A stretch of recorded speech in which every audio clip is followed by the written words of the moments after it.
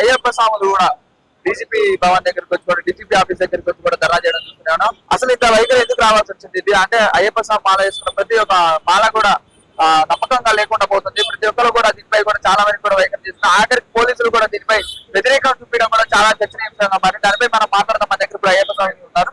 నమస్తే సార్, ఎందుకు ఇక్కడ ధర్నా చేయడానికి వచ్చారు? ఏం జరిగింది? స్వామి ఏదైతే ఎస్ఐ గారికి మెమరాండం ఇచ్చారు, ప్రభుత్వాన్ని కోరాము, డీజీపీ గారిని అపాయింట్మెంట్ అడిగాము. సార్ మీరు ఏదైతే ఇచ్చారు హిందువులకు వ్యతిరేకంగా, అయ్యప్ప స్వాములకు వ్యతిరేకంగా ఉంటే దీన్ని మీరు తక్షణమే విమర్శించుకోవాలి.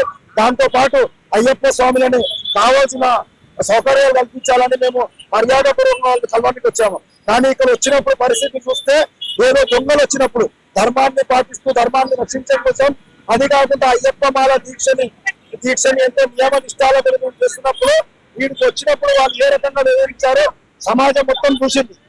అయ్యప్ప స్వామిని చూడకుండా మా ఇద్దరు స్వాములకైతే రక్తాలు వెళ్తున్నాయి. స్వామి మా బీజేఎం అధ్యక్షుడు గణేష్ యాదవ్ గారికి కాళ్ళలో తెచ్చి రక్తం కూడా వేస్తుంటారు. ఎందుకు ఇంత పోలీసులు కూడా ఆఖరికి పోలీసులు కూడా న్యాయం చేసి పోలీసులు ఇలాంటి పరిణామాలు చేస్తే ఎలా చూసుకోవచ్చు? దీన్ని ఖచ్చితంగా అఫీషియల్ పాలసీ కింద చూసుకోవచ్చు స్వామి. అఫీషియల్ పాలసీ కింద ఒక వర్గాన్ని మభ్యపెట్టేటట్టు సమాజంలో ఏంటంటే మేము మీకు అండగా ఉన్నాము, అన్ని రకాలుగా హిందూ ధర్మాన్ని అంచవేయడానికి మేము ఉన్నామన్నట్టు ఈ కాంగ్రెస్ ప్రభుత్వం వహిస్తుంది తప్ప దీంట్లో వేరేది ఏం లేదు స్వామి. అయ్యప్పలు ఎంత దీక్షతో పూజ చేస్తారు, ఎంత దీక్షతో వస్తారు. ముఖ్యంగా పోలీసు వాళ్ళు మా సన్నిధానంలో కూడా పోలీస్ యంత్రాంగంలో పనిచేసేటోళ్ళు ఉన్నారు.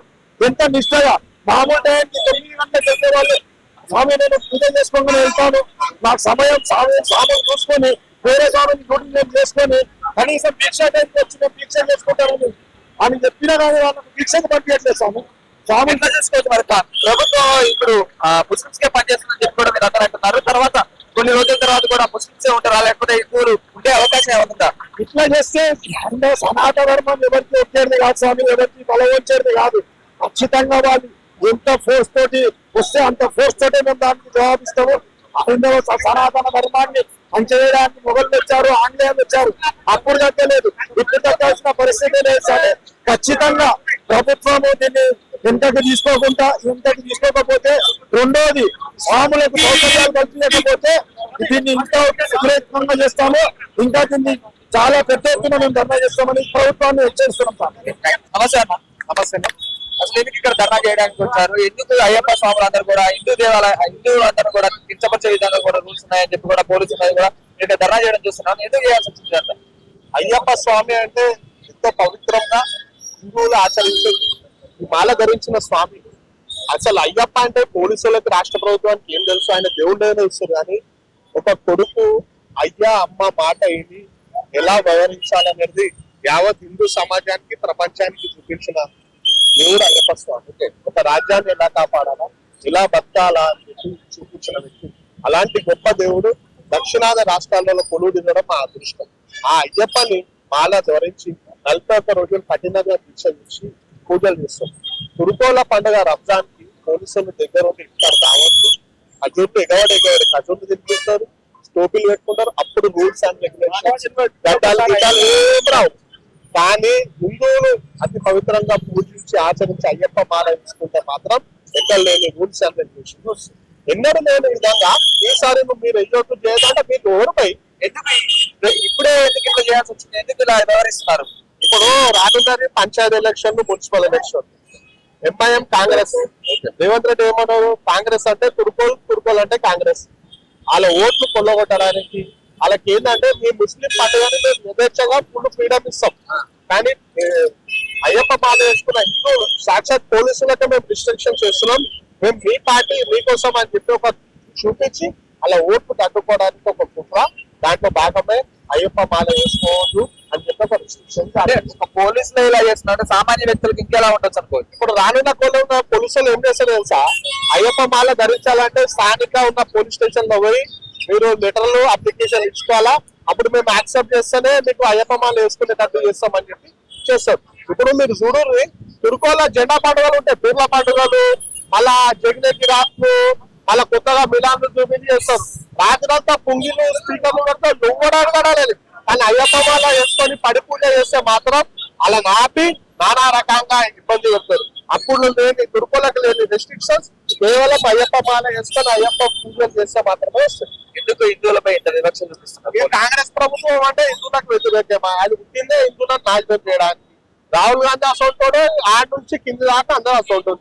రేవంత్ రెడ్డి అసోంటోడే. ఇక హిందువులని తల రాసి హిందువుల మనోభావాలను దెబ్బతీయాల, హిందువుల అస్తిత్వాన్ని దెబ్బతీయడానికి చూస్తున్నారు. ఎట్లా అంటే రానున్న జనరేషన్ అనేది అయ్యప్ప మాల వేసుకోవద్దు, దీన్ని అస్తిత్వం తక్కువ చేయాల. ఇప్పుడు కేరళలో అయ్యప్ప మాల విరమణ చేసుకొని అయ్యప్ప స్వామి దర్శనానికి శబరిమల వెళ్తాం. ఆడ కూడా సరైన సౌకర్యాలు లేకుండా అక్కడ పోయి హింసిస్తారు. ఎవరు? కాంగ్రెస్ అలయన్స్ వాళ్ళే కదా అంతా, ఒక్క గుట్టి పక్షులే కదా. ఆడ వాళ్ళు హింసిస్తూ వాళ్ళు ఇది రానియకుండా చేయకుండా అలాంటి రెస్ట్రిక్షన్ పెట్టి వాళ్ళు ఇలా మాల వేసుకోకుండా రెస్ట్రిక్షన్ పెడుతున్నారు. ఇంకా ఎలాంటి పరిణామాలు చోటు చేసుకుంటే నెక్స్ట్ కార్యాచరణ? బీజేపీ గారు ప్రభుత్వం వెంటనే మొత్తం అయ్యప్ప మాల వేసుకున్న స్వాములకు మరియు యావత్ హిందూ సమాజానికి క్షమాపణ కోరాలా.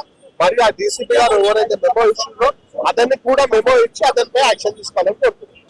ఏదైతే పోలీస్ డిపార్ట్మెంట్ లో ఉన్నటువంటి కొంతమంది పోలీసులు అయ్యప్ప స్వామి మాలలు ధరిస్తే వాళ్ళకి ఇవాళ ఆంక్షలు విధిస్తా ఉన్నారు.